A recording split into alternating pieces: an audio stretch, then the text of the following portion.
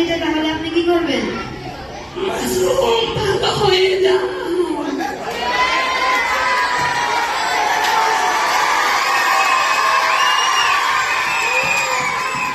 যদি স্বৈরাচার পালিয়ে যায় বাংলাদেশ ছাড়বো না।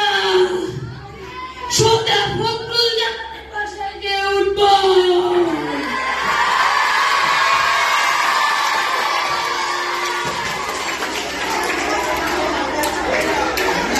আপনার হাতে যদি বাংলাদেশ দেওয়া হতো তাহলে আপনি কি করতেন?